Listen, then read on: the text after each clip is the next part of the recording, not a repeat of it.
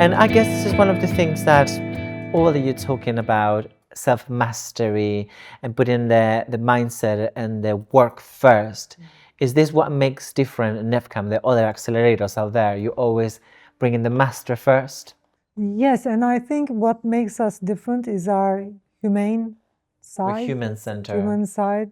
And we're planning, as you know, an event in May 2027.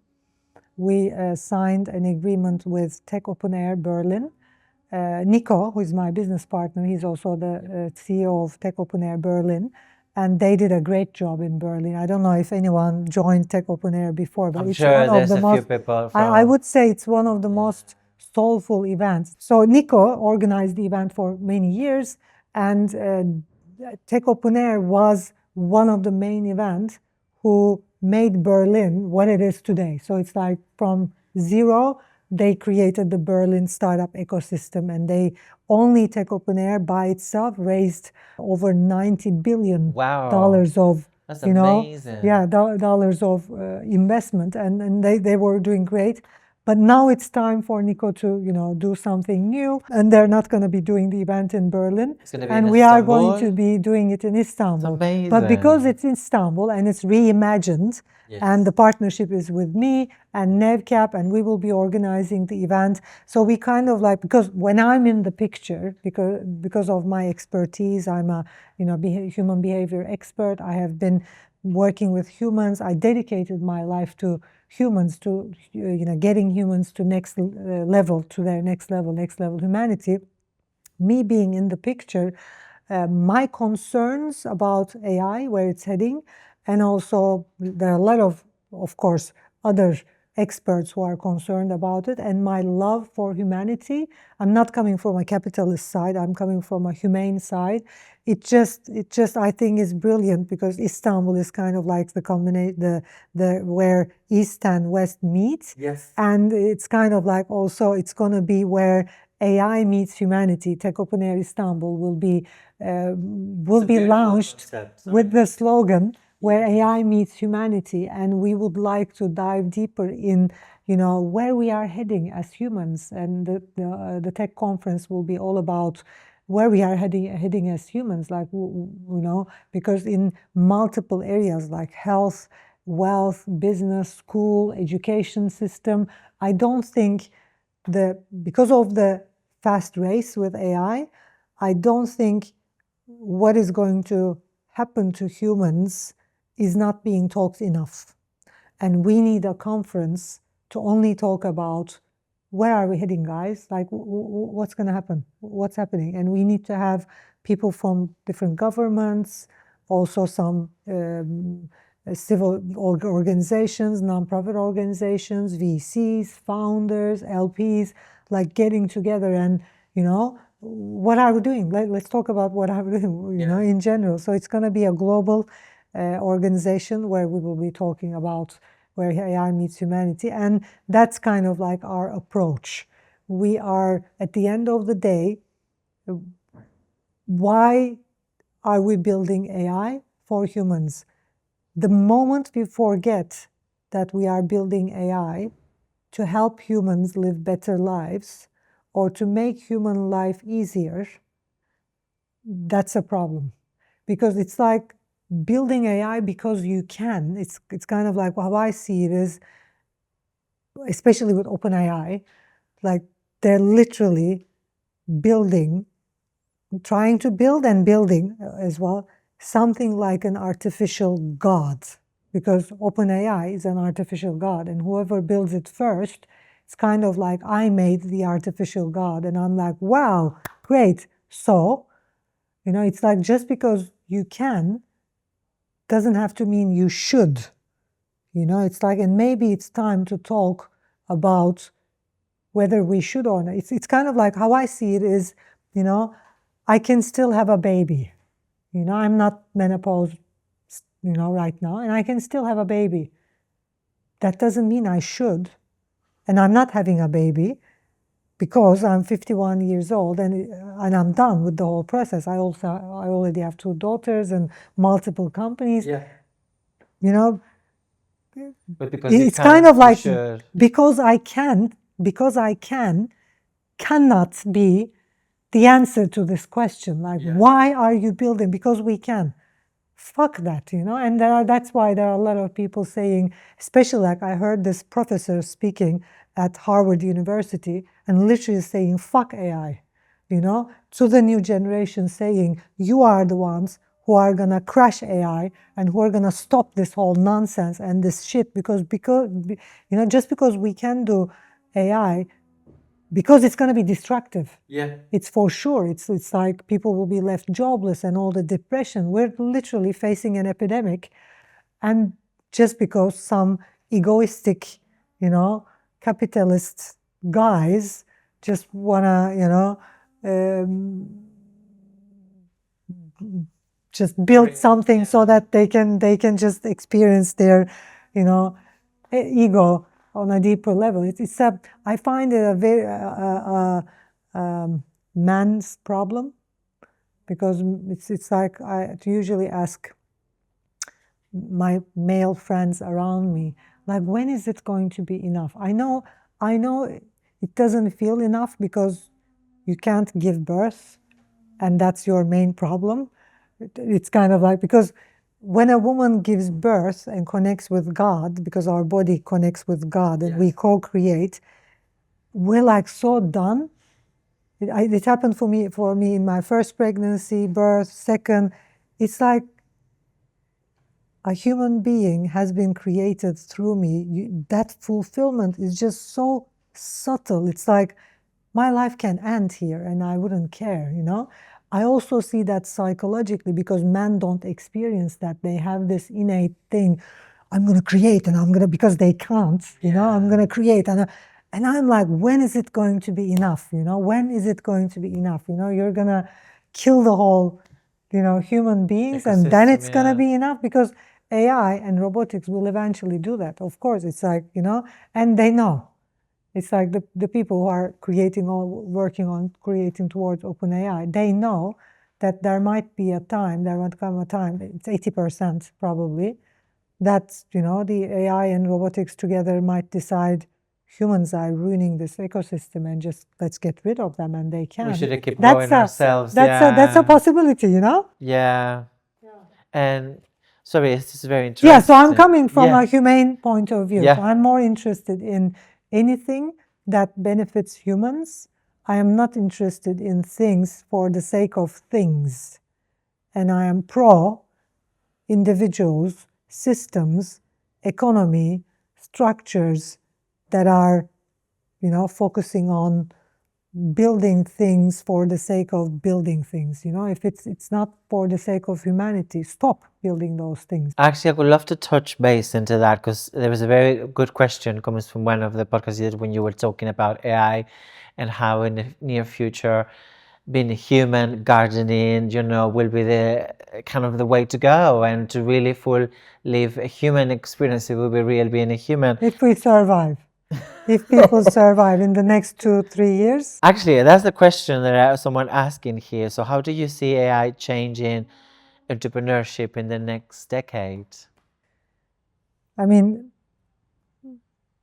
so there are like two sides of the story. There is this, what's being talked now is there is this euphoria, well, where everyone will have immense wealth and great lives, and we don't have to work anymore. And then there's the other side of the story. And so the thing is, even if we look at it in the positive speaking way, even if we have the euphoria and the, you know, like everything is being taken care of and robotics and, you know, you just chill, you know, that's gonna trigger the deepest and the darkest problem of humanity, which is losing your meaning. We humans, when we are useless and when we don't create and do things and earn in return, you know, it's like, that's the formula of depression. Like I usually say to my students, I feel so sorry, deeply sorry for people for individuals who are born in wealthy homes and who are not born in systems that force them to work. Like, and I read it like in Rockefeller's book, and he's a genius, and he created all these funds and systems where, his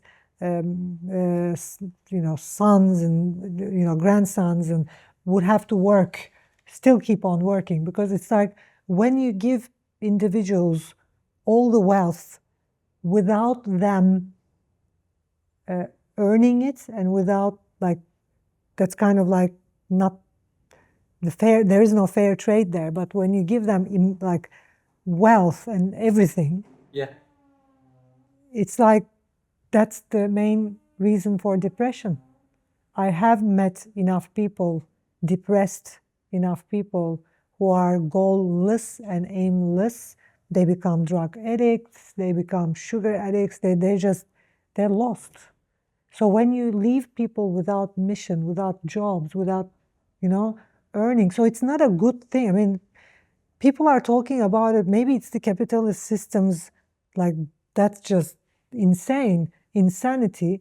People speak about it as if, once you don't work, you're going to be all happy. No, that's the opposite. When you don't work, you're unhappy. Because it's like it's like your life will lose meaning. And the meaning behind creating things and working was not earning money. Like, I remember my grandmother, my grandfather. My grandfather was a very famous tailor. He was one of the most famous tailors in Turkey, the Izmir area, the West Coast.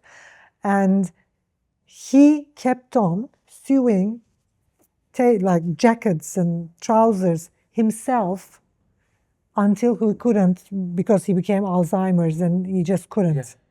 But he didn't need to, but he kept on going to work. He kept on, because that was his, like, that was his life, and that was the meaning of his life. He loved it. He loved it so much that he would create these amazing suits, and like, he was a great tailor, and just great looking suits, and it would take him like weeks sometimes, because he did it like himself. Imagine.